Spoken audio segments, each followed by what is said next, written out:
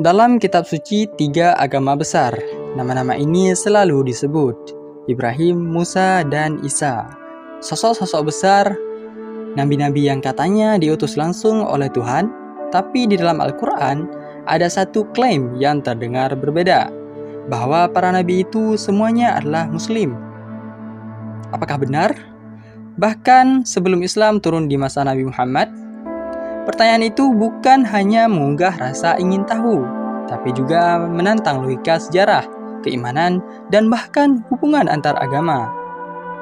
Apakah mungkin semua nabi sejak Nabi Adam membawa ajaran yang sama, ajaran yang tak berubah, hanya berganti zaman dan bahasa? Mari kita telusuri sebuah misteri besar yang sering luput dari perhatian. Dalam pandangan umum, Muslim adalah mereka yang mengikuti Nabi Muhammad dan ajaran Islam. Tapi dalam Al-Quran, istilah ini jauh lebih dalam. Kata Muslim berasal dari akar kata aslama, yang berarti menyerahkan diri sepenuhnya kepada Allah Subhanahu wa Ta'ala. Maka, seorang Muslim adalah siapa saja yang tunduk, pasrah, dan taat pada kehendak Allah Subhanahu wa Ta'ala. Di Quran Surat Al-Baqarah ayat 128, Nabi Ibrahim berdoa, "Ya Tuhan kami, jadikanlah kami berdua orang yang berserah diri kepadamu." Padahal Nabi Ibrahim hidup ribuan tahun sebelum Muhammad. Jadi, apakah Muslim bukan hanya soal zaman, tapi tentang sikap hati? Islam memandang bahwa risalah Tauhid telah disampaikan sejak manusia pertama, yaitu Nabi Adam. 124.000 Nabi diutus ke berbagai penjuru dunia. Hanya sebagian kecil yang kita kenal namanya. Nabi Nuh yang menyuruh kaumnya agar tidak menyembah berhala, Nabi Ibrahim yang menghancurkan patung-patung dan menentang penguasa, Nabi Musa yang membawa Taurat dan membebaskan Bani Israel, Nabi Isa yang membawa Injil dan menyeru cinta dan ketakwaan.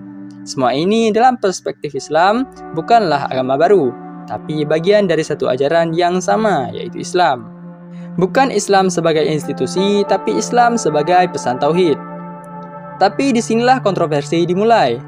Dalam Yudaisme, Musa adalah tokoh sentral, tetapi tak pernah disebut sebagai Muslim. Dalam Kristen, Isa adalah juru selamat, bukan sekadar nabi. Maka ketika umat Islam berkata bahwa mereka semua Muslim, itu dianggap sebagai klaim yang menyapu sejarah, menyamakan jalan-jalan yang menurut agama lain seharusnya berbeda. Tapi, benarkah itu klaim sepihak? Atau justru penegasan bahwa ajaran Tuhan selalu satu? Bukankah semua nabi menyeru pada satu Tuhan? Bukankah mereka semua melawan penyembahan berhala atau penguasa zalim? Apakah itu bukan definisi dari Muslim meskipun istilahnya belum digunakan? Nabi-nabi hidup dalam budaya yang berbeda. Mereka berbicara dalam bahasa yang berbeda. Tapi pesan yang mereka bawa nyaris seragam, yaitu menyembah hanya satu Tuhan, berbuat baik kepada sesama, dan menjauhi keburukan. Bahkan jika ajaran mereka mengalami distorsi seiring waktu, Islam percaya bahwa risalah itu terus diperbarui melalui nabi berikutnya, sampai ditutup oleh Nabi Muhammad sebagai penutup para nabi. Maka, Islam bukan dimulai di abad ke-7, tapi sejak awal sejarah manusia. Menariknya, dalam jejak sejarah purba, kita menemukan banyak kesamaan. Konsep Tuhan yang satu, cerita tentang banjir besar, ajaran moral yang menolak penyembahan pada makhluk. Apakah itu kebetulan atau jejak dari ajaran Tauhid yang dilupakan? Para ilmuwan bisa berbeda pendapat. Tapi bagi yang percaya, semua itu bukan sekadar mitos, tapi bekas dari wahyu yang pernah turun lalu memudar di telan waktu, lalu dibangkitkan kembali oleh nabi berikutnya dalam siklus suci yang tak pernah berhenti.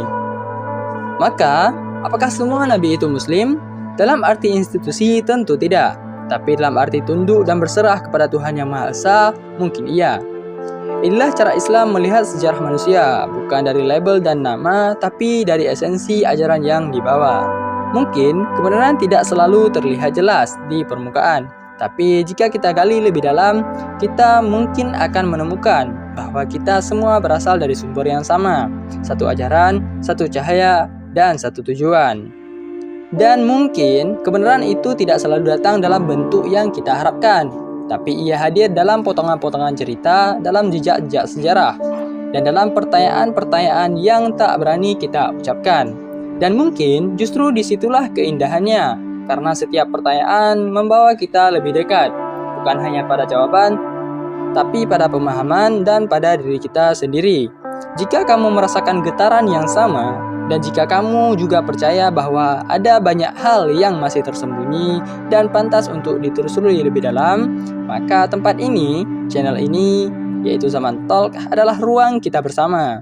Klik subscribe, nyalakan loncengnya, dan bersiaplah, karena di episode selanjutnya kita akan masuk lebih jauh ke dalam rahasia yang belum banyak diungkap. Sampai jumpa di lorong waktu berikutnya.